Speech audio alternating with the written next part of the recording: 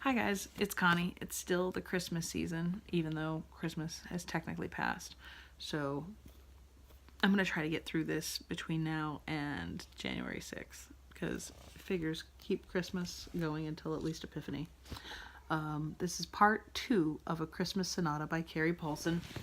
I think it's supposed to be a short story, but the last one just took me like a half an hour to read in the car. So let's see how far I can go before I end up cutting it off for the day. "Come and see Matthew," Marilyn said. "He's awake and wants to see you." They took me to Matthew's room, which was all made up like the hospital room I stayed in when I was sick and Mother thought I was going to die in a tent you could see through, except that Matthew didn't have a clear tent over his bed. The room was all flowers and pictures of dogs and cats and pretty places on the walls, with the bed against one wall, surrounded by tables and tubes and bottles and hoses. Matthew was on the bed. I had only seen Matthew once before, in the summer when I came up, and he didn't look different now except for his color. He was more yellow, almost as yellow as some of the lights on the tree, and so puffy looking that it seemed if you poked him, it wouldn't come back out. His eyes looked more red, and as soon as Mother and Marilyn left, he waved me closer to the bed. "I'm dying." "I know," I said, because I did. "Except that I haven't been able to figure it out yet."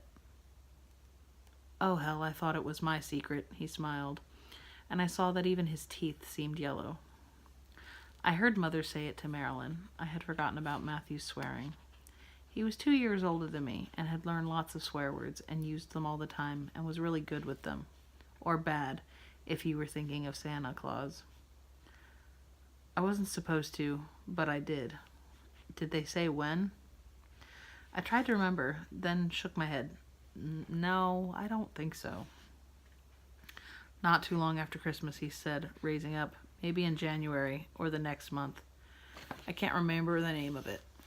He was proud that he knew something. I didn't. He was proud that I knew something. He knew something I didn't. But it didn't make any difference, because I didn't know about months yet, and was still trying to figure out how he would get to Europe so he could die and not get home. "Now you have to tell me something," he said. "What do you mean?" "I told you something you didn't know. Now you have to tell me something." "We rode on the train all day yesterday to get here, and I ate liver and onions that didn't taste like liver and onions." He shook his head. "Not like that. Not just stuff. It has to be something important. Something only you know." And of course, I thought of Mr. Henderson. "There isn't any Santa Claus," I said. "I saw Mr. Henderson in a Santa suit, only without a beard, and he was drinking red wine with his wife." Matthew waited. "So, that's it. I saw him, so there can't be a Santa Claus." Matthew shook his head. "Is that all? I knew that last year, and maybe even the year before. I can't be sure because the medicine they give me makes me remember things funny. But I knew it. It's just something they make up." So I didn't have any secrets to tell Matthew, like he had to tell me, especially not one where I was dying like him. But it didn't matter so much because we started to play then, and we forgot secrets. Matthew had me scout for him. He couldn't leave the bed unless somebody was carrying him a certain way. So he would send me out in the store to see things and come back to report to him. "Like soldiers," he said. "You report to me like a soldier." I felt bad because I didn't have a uniform or gun or helmet like I'd seen the soldiers wearing in the newsreel when Mother took me to a Roy Rogers movie. But Matthew sent me just the same, and I would sneak out to the store and watch and come back and tell Matthew what I saw. A fat woman bought some bread. An old man bought some pipe tobacco. 3 boys came in and bought a bag of candy. "Germans," he said. "They're all Germans, and you must report to me that they're Germans." So I did. A skinny German bought a little box of candy. 2 Germans bought bottles of Coca-Cola.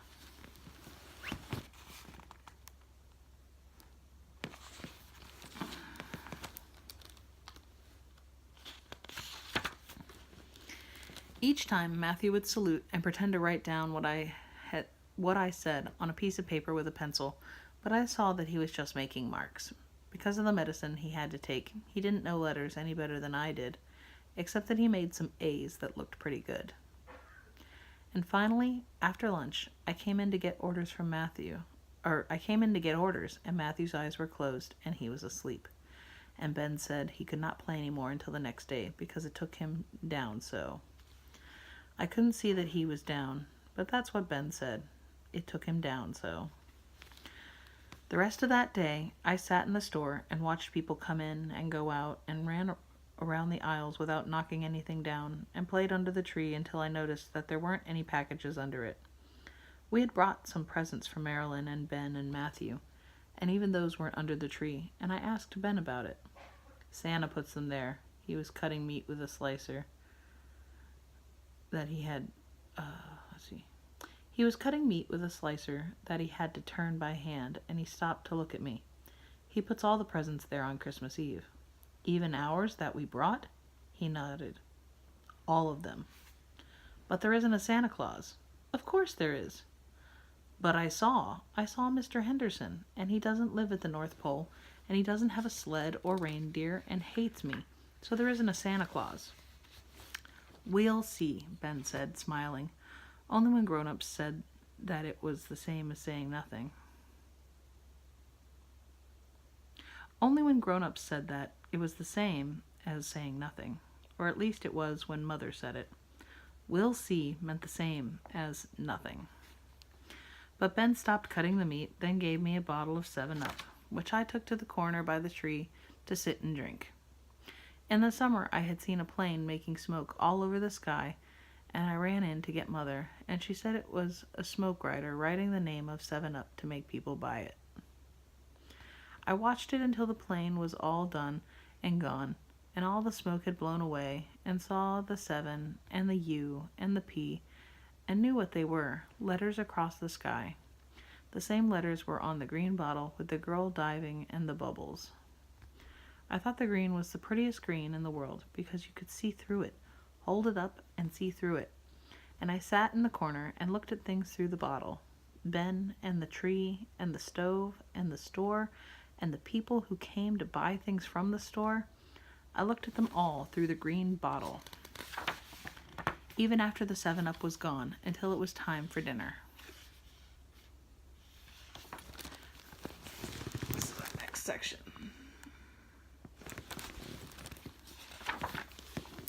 Mother and Marilyn laughed all the time when they were together, laughed so hard that Mother and Marilyn, too, had to squat and hold herself sometimes not to pee, but they laughed while they cooked.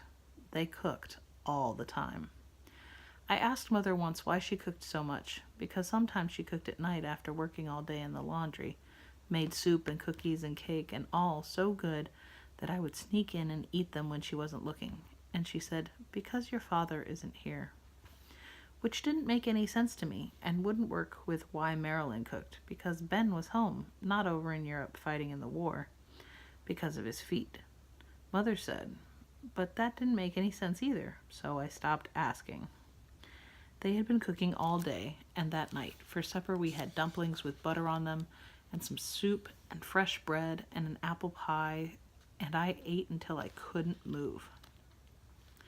Matthew woke up for a little while, and I went in to sit with him, but the medicine made him not talk or see right, so it wasn't the same as the afternoon, and in a little while Mother pulled the couch out, and I went to bed. She and Ben and Marilyn sat at the kitchen table and drank coffee and talked, and their words all mixed until it was like a song, and I was almost asleep when I heard them say Santa Claus and Matthew, but nothing else. Nothing that made sense, because by then I was dreaming of Father and Europe and wondering if, when Matthew died, would he be with Father if Father died? And could I go to see them? Christmas Eve day. In the morning, Mother and Marilyn made cinnamon rolls, and I got to eat 2 of them before I went in to play with Matthew. But he wasn't feeling very well, and was more yellow than he'd been the day before, so he didn't scout or report, but just sat and looked at magazines and picture books, and worked in some coloring books, except that it wouldn't stay in the lines so well, and he made fun of me. But after a little time, he puts his coloring book down and looked at me and was crying. "What's wrong?" "I don't want to die." "It won't be so bad." I was coloring a pig jumping in flowers, and I put my crayon down. "Mother says it just means you go to sleep and you don't come home from Europe." "I still don't want to die." He turned away from me and faced the wall, and I thought it was wrong for him to be sad on Christmas Eve day. So I made a face with my fingers in my mouth, and when that didn't work, I said, "Maybe I was wrong, and there is a Santa Claus. He'll come and bring us lots of presents." "Oh, hell, there isn't any old Santa Claus." And I turned and saw that Ben had been coming through the door and had heard it, all of it, and that his face was white and his eyes pinched, and he wiped his nose and coughed. "Maybe he's right," Ben said to Matthew, but his voice was scratchy and he was having trouble talking. "Maybe there is a Santa, and he'll come and bring wonderful things, wonderful things, wonderful things." He rubbed his hand on Matthew's cheek and pushed his hair back, the way Mother pushed my hair back sometimes. The same touch, and I thought how white and red Ben's skin looked where his hand touched Matthew against the yellow. How white and clean. And then I thought how they were the same, how Ben looked at Matthew the way Mother looked at me when I was in the clear tent in the hospital, and the minister was there, and how soft that look was, how soft his touch was, and saw that Ben was crying. I sat with the picture of the pig on my lap and wondered why everybody felt so bad. And even when Ben left and I stayed and Matthew started to color again, it wasn't the same as before. Something was gone. Gone from him. I said, "Let's play Germans," and he said no. I said, "Let's make faces," and he said no. Whatever I said, he said no, and then he looked at me and swore, a really big, good word, and said, "Santa is just a big, old, fat liar." I stared at him. "He says he's something and he'll come, but it's all a big lie, and he's a big, old, fat liar." It was too much to say at once. Even if Santa turned out not to be real, it was too dangerous to say all that on the night before Christmas Day. "But we don't know," and I was going to say that we don't know anything about him, about any of it, but it didn't come out. "He won't come, he won't come, he won't come." And he swore some more, but I had covered my ears and hoped that nobody had heard, and when he turned to the wall again, I left the room and went to where Mother was sitting at the table, talking to Marilyn and leaning against her leg, and put my head on her arm. "What's the matter, Pumpkin? Don't you feel good?" "I'm okay."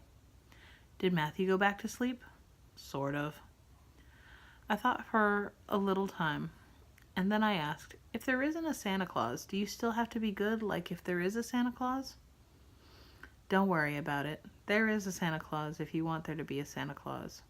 "There is?" She nodded. "That's how it works. If you think hard about it and want it enough, there will be a Santa." I went back into Matthew's room and sat by his bed. For a minute I thought he had gone to sleep, and I looked at my coloring book and the picture of the pig, and then Matthew moved. "You're back. Mother says it's up to us if there's a Santa Claus or not." "What do you mean?" "She says if we want him hard enough, there will be a Santa. And if we don't want him, then there won't be one." He didn't say anything for a long time, and I thought he was thinking of something smart to say, and that maybe he was going to swear. I thought if he swore about Mother, I would leave the room again and not come back, and I didn't care if he was sick or dying or not, but he didn't. He didn't say anything about Mother, and he didn't swear.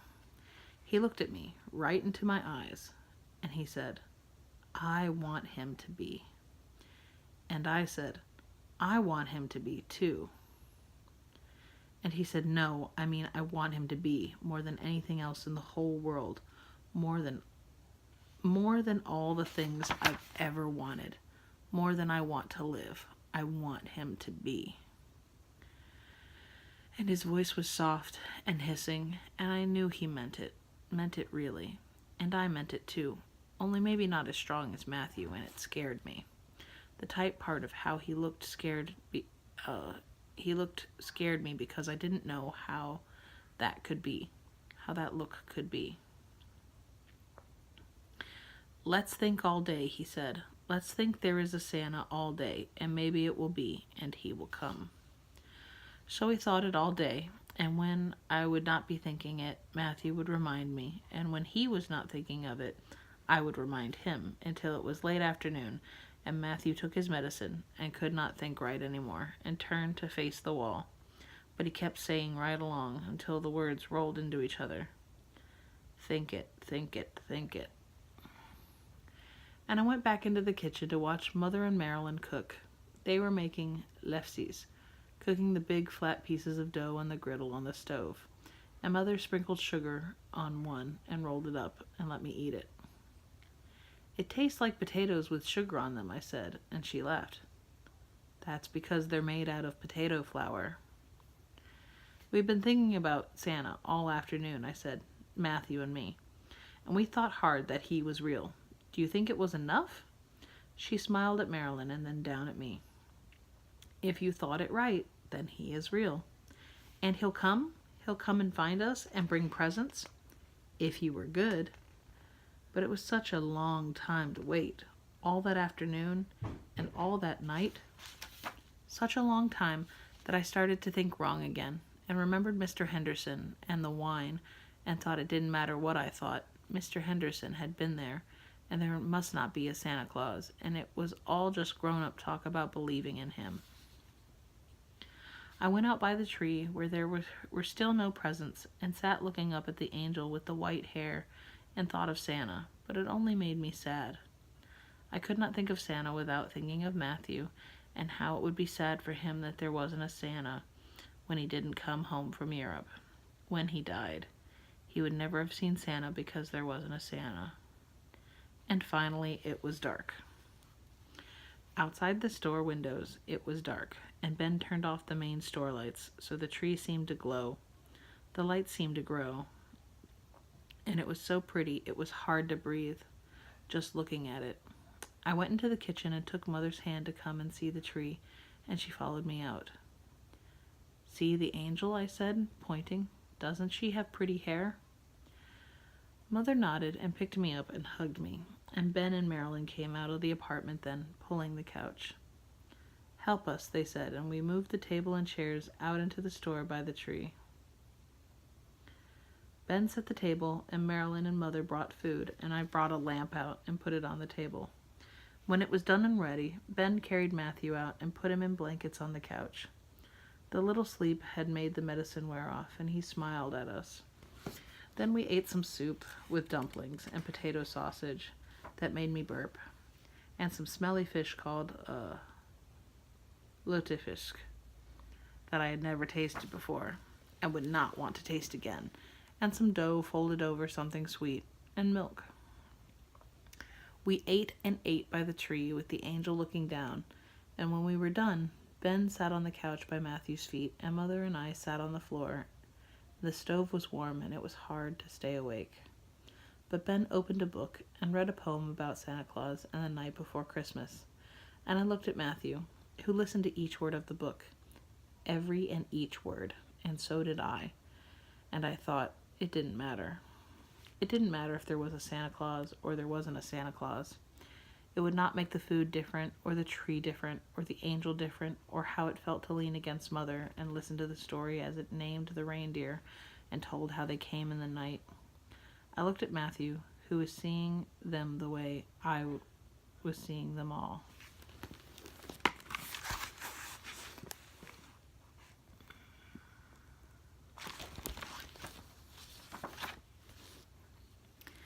In the tree. When it was done, and Ben closed the book because all the words had been said and all the pictures had been seen, and it was time to close the book, we all sat quietly, just sat and felt the heat from the stove. I thought of Christmas and how it was and what it must be like in the war for Father. I hoped he had a tree and somebody to read him out of a book. Merry Christmas, Matthew said in a whisper to me, and I shook my head. It's not Christmas yet. We have to go to bed and wait, and then it will be Christmas. But we didn't go to bed, even though it was late and warm and we were sleepy. I saw that Matthew's eyes were closing, and I couldn't keep my eyes open either, and closed them just a little. What's that? Ben stood up, and I didn't know if I was asleep or not, but I opened my eyes, and Matthew did the same, and I felt Mother move next to me. What? Matthew asked. I thought I heard bells, Ben said, holding up his hand. Outside. I thought I heard sleigh bells. And he made the face grown-ups make when they are making things up so they think you'll believe them. And Matthew looked at me, and I saw he didn't believe it either. No, listen. And I heard them. Heard the bells, ringing low, and somehow coming from all around. Let's see. Ben motioned up with his hands and picked Matthew up, wrapped in his blankets, and we all followed him through the store to the front door, where it stood aside, and let Marilyn open it. The cold air came in along the floor, and I went up next to Ben's legs and looked out. I didn't see anything at first. There was a moon that made all the snow white, and the moonlight mixed with the light coming from the front of the store to make puddles of light places on the snow, but I didn't see anything. Then something moved. What? I heard Matthew. He was higher than me because Ben was holding him up, and he could see better, and I heard him start to say something, and then nothing, just his breath sucking in. But something moved, and I heard the bells again, and it came into moonlight and starlight, into the puddles of light, and I saw it plain as anything. It was a reindeer, and then another reindeer, and two more, and they were walking, and they had harnesses on, and they were pulling a sleigh, and it came with them, and pulled up right in front of the door. Right there in front of the store, and I know they weren't flying, and I know there weren't a whole bunch of them, but there were 4, and they pulled the sleigh, and it stopped there in front of the store, and there he sat in the sleigh. Santa Claus. With his white beard and red suit and hat, he sat in the sleigh with his glasses and big stomach and a bag of toys. He sat in the sleigh and looked at us and smiled. Santa Claus. And I was so scared I stopped breathing. It's him, I thought I heard somebody say, but it was me, and I said it like I was talking to the angel at the top of the tree. Touch it. It was Matthew, and he was talking to me, and I knew it, but I couldn't move. The grown-ups stood and watched, and I thought it was funny because they were watching us and not Santa, and I couldn't move. What? Go touch it. Make sure it's real. His voice was soft, the way it had been in the room when we were thinking of Santa, and he had wanted it so much, and I heard it, and my feet moved. They moved me out the door, and I hated them because the other parts of me didn't want to move, but they moved me, and I walked across the snow by the door and to the first reindeer and looked up, and it was real. The antlers crossed the moon the way Mother said the smoke from the little houses on the lake crossed the moon, went up and up to the moon, and they were real, and his eye was so big I could see myself in it, big and brown and round, and there I was, standing next to him. He shook his head, and the antlers moved in big swings, and I turned to run, but Matthew was looking at me. Touch it! So I did. I reached out and touched the reindeer on the leg and felt the hair, the warm hair, and the leg moved, and I turned to Matthew and said, It's real! For real, real? For real. Pull his beard. What? Get into the sleigh and pull his beard.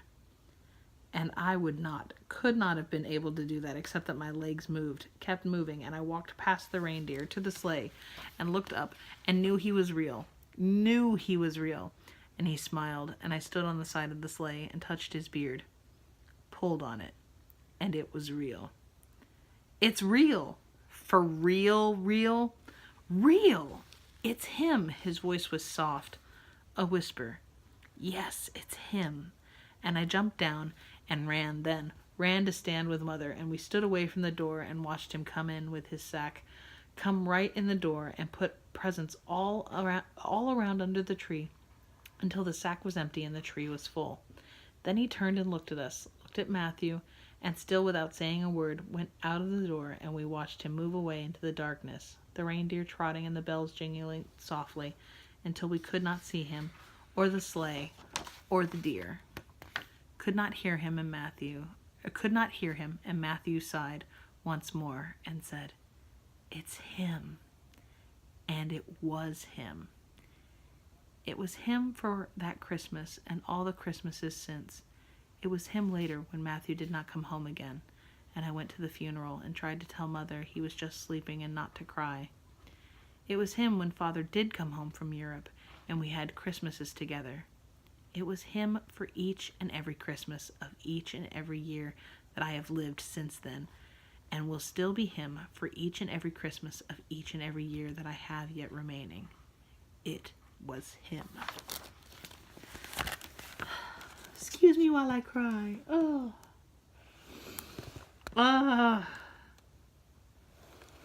All these books and all the feels.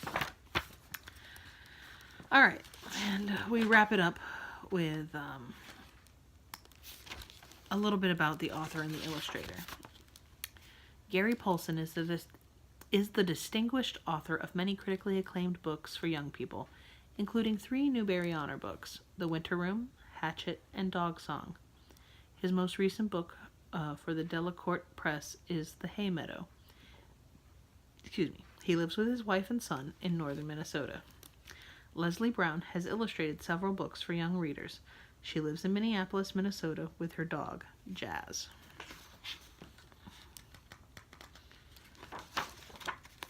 Yep. And that's the end of A Christmas Sonata. So, there we go. Be careful with that and enjoy, please and thank you. And, do you cry at these books like I do? I feel so silly. I will see you for the next chapter and installment for the next book. Bye.